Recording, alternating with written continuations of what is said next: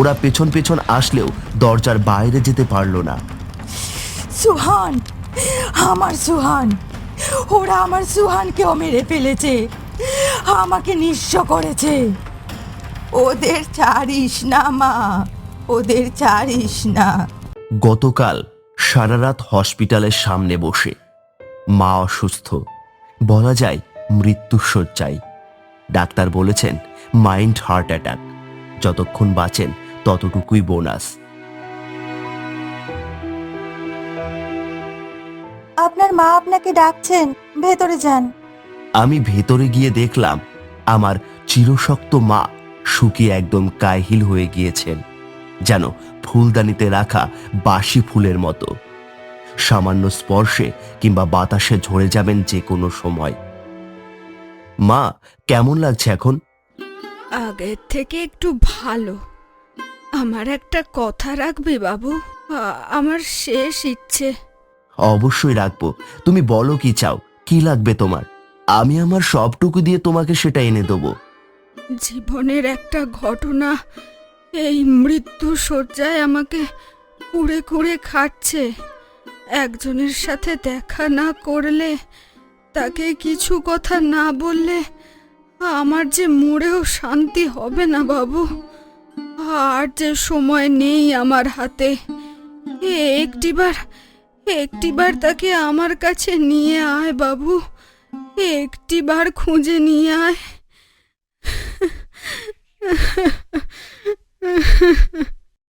সে কে মা?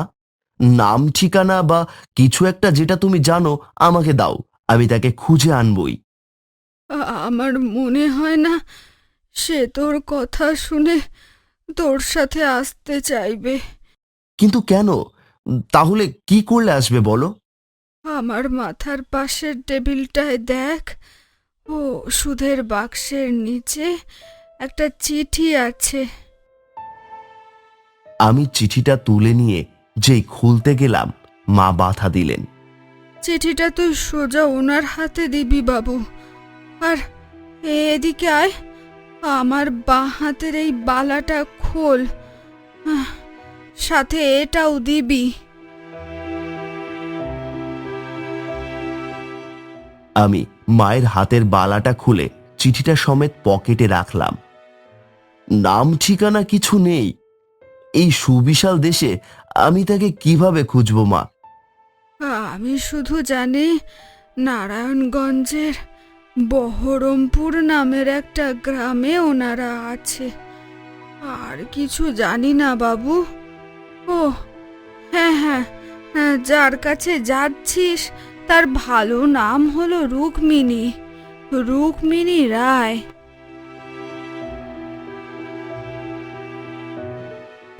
মাকে আচ্ছা বলে আমি যখন হাসপাতালের বাইরে বের হয়ে বাসে উঠি, সন্ধে তার বহু আগেই উঁকি দিয়েছে পশ্চিম আকাশে। আমি বাড়ির বাইরে ছিলাম দীর্ঘ 8 বছর। অনার্স, মাস্টার্স, থিসিস করে রিসার্চের সঙ্গে যুক্ত হয়েছি আজ 3 বছর। আমার একটা বড় দাদা ছিল, বছর 2 আগে টাইফয়েডে হুট করে মারা গেলেন। তার মৃত্যুর শেষ কার্যের সময় আমার সবেমাত্র প্রথম রিসার্চের টিম সিলেকশন শুরু হয়েছে। তখন আসতে না পারলেও এরপর আসতে চাইলেও মা সব সময় আসতে বারণ করতেন। মাকে নিতে চাইলেও এই ভিটা আঁকড়ে পড়ে থাকার প্রতিজ্ঞা থেকে টলাতে পারিনি তাকে। মা অসুস্থ হয়ে ডাক না পাঠালে হয়তো দেশের স্পর্শে আসবার সৌভাগ্য আমার এখনো হতো না। বাস থেকে যখন আমি নামি, ঘড়ির কাঁটায় 12টা ছুঁই ছুঁই। রাস্তাঘাট আমি কিছুই চিনি না। স্টেশনের ভেতরটা গমগমে থাকলেও বাইরের এই জায়গায় রাত নেমেছে পুরোদস্তুর। নির্জনতা আর ছমছমে পরিবেশে গায়ে কাটা দিচ্ছে ক্ষণে ক্ষণে। বহুক্ষণ পর অবশেষে একটা রিকশার দেখা পেলাম।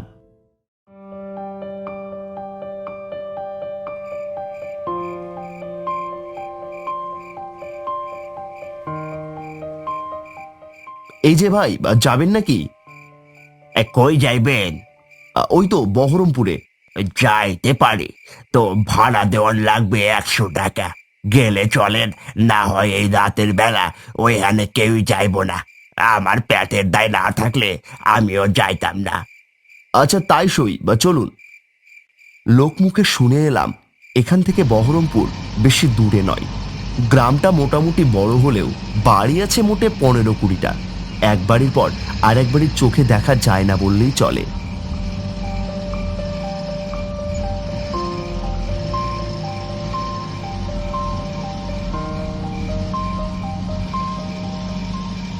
আপনি নামবেন কোথায়? এইটাই বহরমপুর।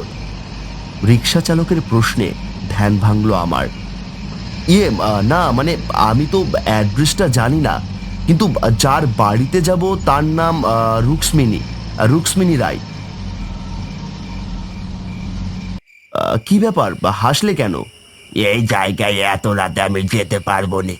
আমি বড় জোর আপনারে মোড়ের মাথায় নামিয়ে দিতে পারবো, কিন্তু ভালো চান তো আপনিও রাতটা পার করে ফের ওইখানে যান। তুমি চলো, আমি তোমাকে আরো ভাড়া বাড়িয়ে দেবো। জানে না, দেখলে ভাড়া দিয়ে কি হইব? আচ্ছা ঠিক আছে, তুমি মোড় অব্দি নামিয়ে দাও। কিন্তু বাবু, যা বলছি তাই করো তো তুমি। গ্রামের লোকেদের এই রাতের সাথে ভূতের আলাপচারিতা এখনো অব্যাহত আছে। দিন দুনিয়া সব ভেসে যাচ্ছে, আর ভূতের তো কাজ নেই, এর মধ্যে ভয় দেখাবার জন্য বসে থাকবে। আসল রিক্সা ভাড়া কত তা আমি জানি না, কিন্তু ভাড়াটা যে নিতান্তই বেশি তা রাস্তা শেষ হবার পর বুঝতে পারলাম। বড়জোর 20 মিনিটের এই পথে 100 টাকা নেহাতি গলা কাটা ভাড়া। আপনি তো আমার কথা শুনলেন না, শুনবেনও না, তবু বইলে রাখি, যায় না অত রাতে ওই বাসার ভেতর। আর যদি তাও যাইয়ে থাকেন, মাথায় রাখবেন ওই বাড়ির ভেতরে যা ঘটুক, বাইরে বের হবার জো নাই ওদের। তাই কোনো বিপদে পড়লে কোনোভাবে শুধু বাইরটা হইতে চেষ্টা করেন। বাইর হইতে পারলে বাঁচলেও বাঁচতে পারেন। এই কথাটা বলে উনি দ্রুত রিক্সা নিয়ে চলে গেলেন সেখান থেকে। মোড়ের মাথা থেকেই বাড়িটা দেখা যাচ্ছে। বেশি বড় বা ছোট কোনোটাই নয়, মাঝারি আকারের একটা দোচালা বাড়ি। মোড় থেকে বাড়িটা অবধি যাবার রাস্তা কম মনে হলেও হাঁটার সময় কেমন যেন ছমছম করে উঠছিল শরীরটা। এত নির্জন জায়গায় বোধহয় ভূতও ভয় পাবে, আর আমি তো তুচ্ছ এক মানুষ। ভূতের কথা মাথায় আসতেই রিক্সাওয়ালার কথা মনে পড়ে খানিক অপ্রস্তুত বোধ করলাম। কেউ আছেন? কেউ কি আছেন? বাড়ির সামনে এসে কয়েকবার ডাকার পরেও কেউ যখন দরজা খুলল না, আমি তখন কড়া নাড়ার জন্য দরজায় ধাক্কা দিতেই দরজা খুলে গেল। আমি এবার অবাক হলাম, এই নির্জন দ্বীপ্রহরের মতো জায়গায় এদের চোরের ভয়টুকুও নেই। ভেতরে ঘুটঘুটে অন্ধকার, আলতো সুরে গান ভেসে আসছে দোতলা থেকে। আমি আরো কিছু ডাক দিলাম, মনে হলো গানের অপ্রতিম সুরের কাছে ম্লান হয়ে যাচ্ছে আমার ডাক। সিদ্ধান্ত নিলাম দোতলায় উঠব। গানের আওয়াজটা শুনে আমি নিশ্চিত হলাম মানুষের সাক্ষাৎ দোতলাই পাওয়া যাবে।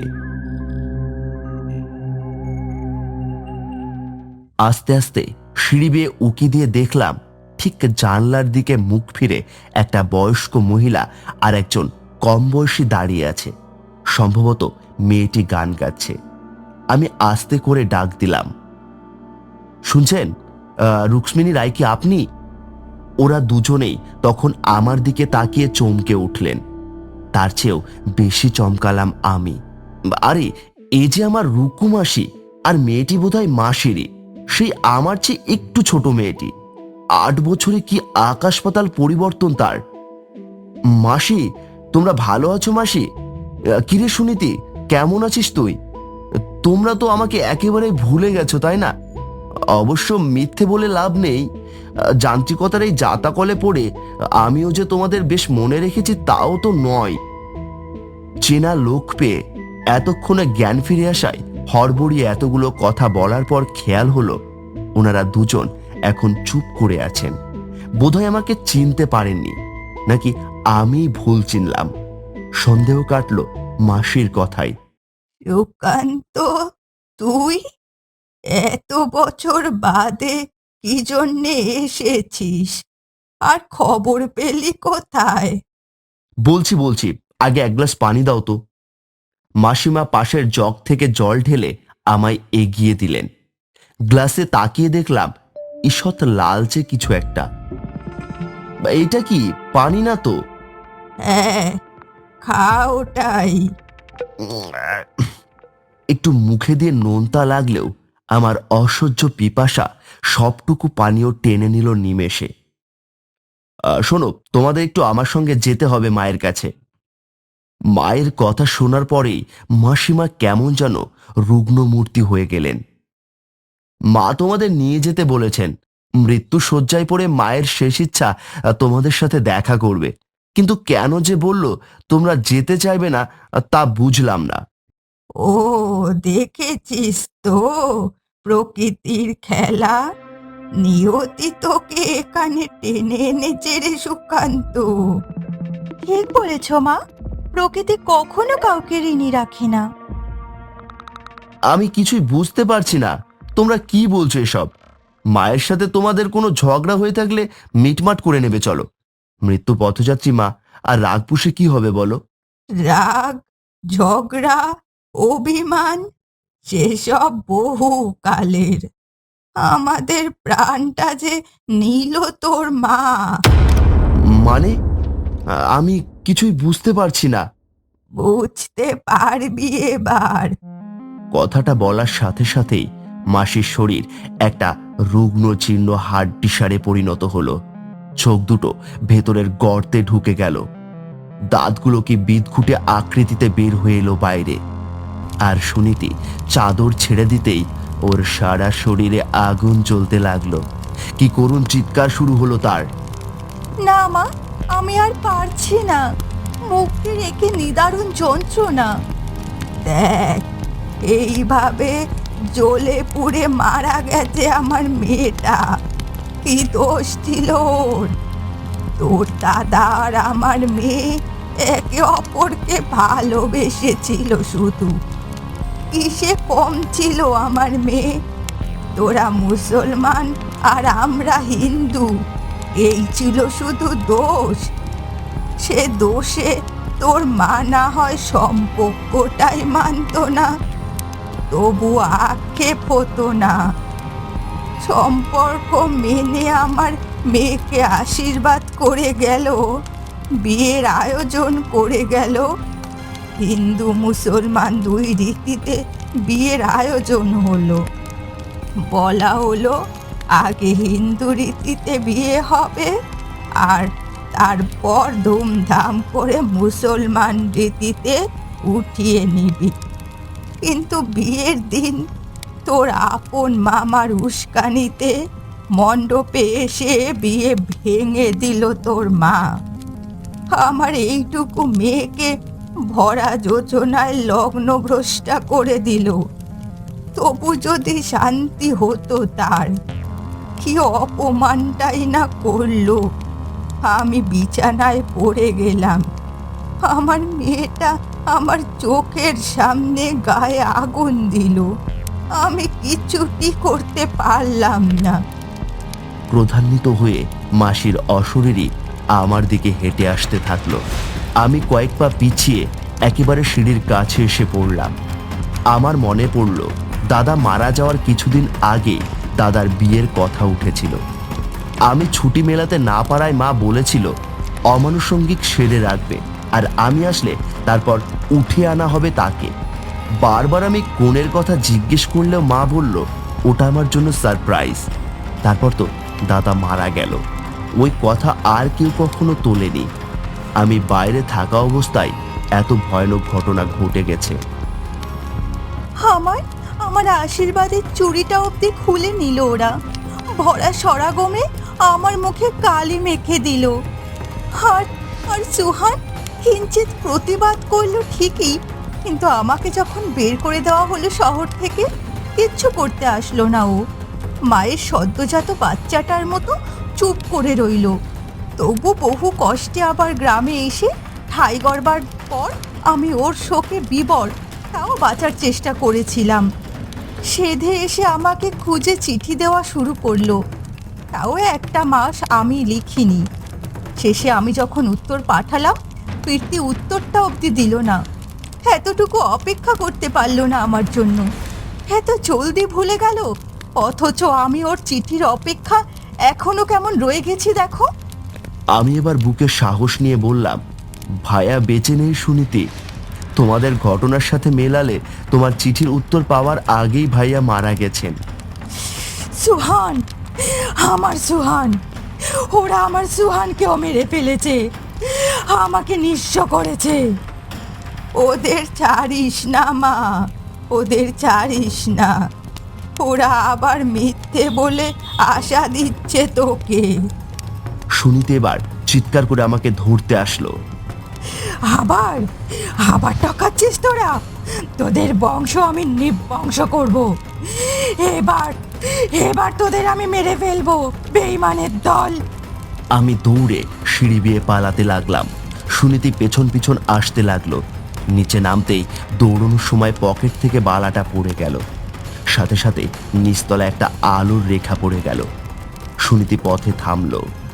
এই তো মা, আমার আশীর্বাদের চুড়িটা, সুহানের দেওয়া আমার শেষ স্মৃতি। এই তো মা। আমার মাথায় চট করে রিক্সাওয়ালার কথাটা আসলো। আমি এই সুযোগে দৌড়ে বাড়ি থেকে বেরিয়ে আসলাম।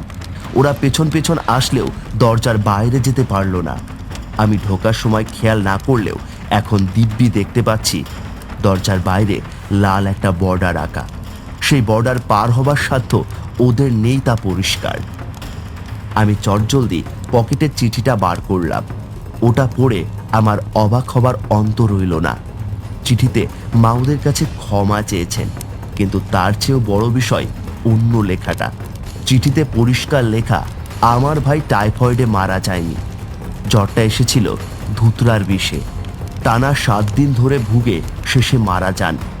মৃত্যুর আগের সময় ডাক্তার ওকে দেখে তারপর বুঝতে পেরেছেন। মৃত্যুর কিছুদিন পর মায়ের কাছে সুনীতির লেখা চিঠিটা পৌঁছায়। ফিরতি কিছু বলবার সাহস বা সুযোগ কোনোটাই করে ওঠেননি তিনি। আমি এবার দরজার দিকে তাকিয়ে ওদের মা মেয়ের ক্রোধের মুখটা আবার দেখলাম। চিৎকার করে বললাম, সুনীতি, আমার ভাই বেঈমান ছিল না। তোমার উত্তর না পেয়ে আমার ভাইও তোমার মতো মৃত্যুকে আলিঙ্গন করেছে, ধুতুরার বিষে ভুগে মরেছে। সুনীতির গগন বিদারীর চিৎকার এবার থেমে গেল। দরজাটা আস্তে আস্তে বন্ধ হয়ে গেল। বন্ধ হবার আগে আমি স্পষ্ট দেখতে পেলাম সুনীতির গায়ের আগুনটা নিভে গেছে। ততক্ষণে ভোরের আলো ফুটে গেছে। আমি চটজলদি হাসপাতালে পৌঁছে গেলাম। মা আমাকে দেখে জিজ্ঞেস করলো, আসেনি তাই না? পাসনি? পেয়েছি মা, কিন্তু আসেনি। রুক্মিণী মাসে অসুস্থ, শয্যাশায়ী। আর সুনীতির বিয়ে হয়েছে অনেক দূর, ওনাকে পাওয়া গেল না। ওনার বাসায় এক বয়স্ক মহিলা থাকেন, তাকে দিয়ে চিঠিটা পাঠিয়েছেন। বাবু, পর পর পড়ে শোনা একটু আমাকে। আমার মায়ের চোখ টলমল করে উঠল।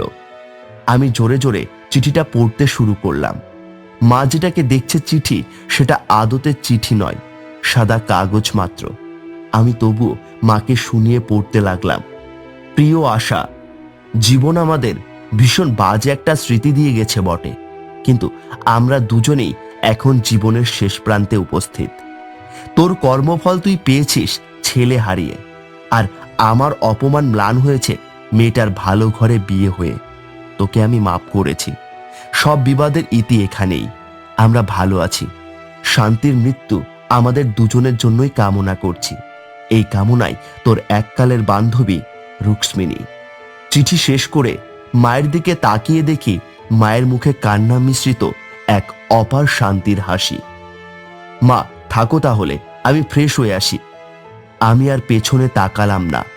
প্রথমবার মাকে মিথ্যে বলেছি, কিন্তু অনুতাপ হচ্ছে না, কারণ আমার দৃঢ় বিশ্বাস সুনীতি মুক্তি পেয়েছে, শান্ত হয়েছে ওর যন্ত্রণা। আমার মাও তাই অন্তত বেঁচে থেকে একটু শান্তিতে মরুক, কারণ তার জন্য যে নির্মম যন্ত্রণার শাস্তি অপেক্ষা করছে মৃত্যুর ওপারে।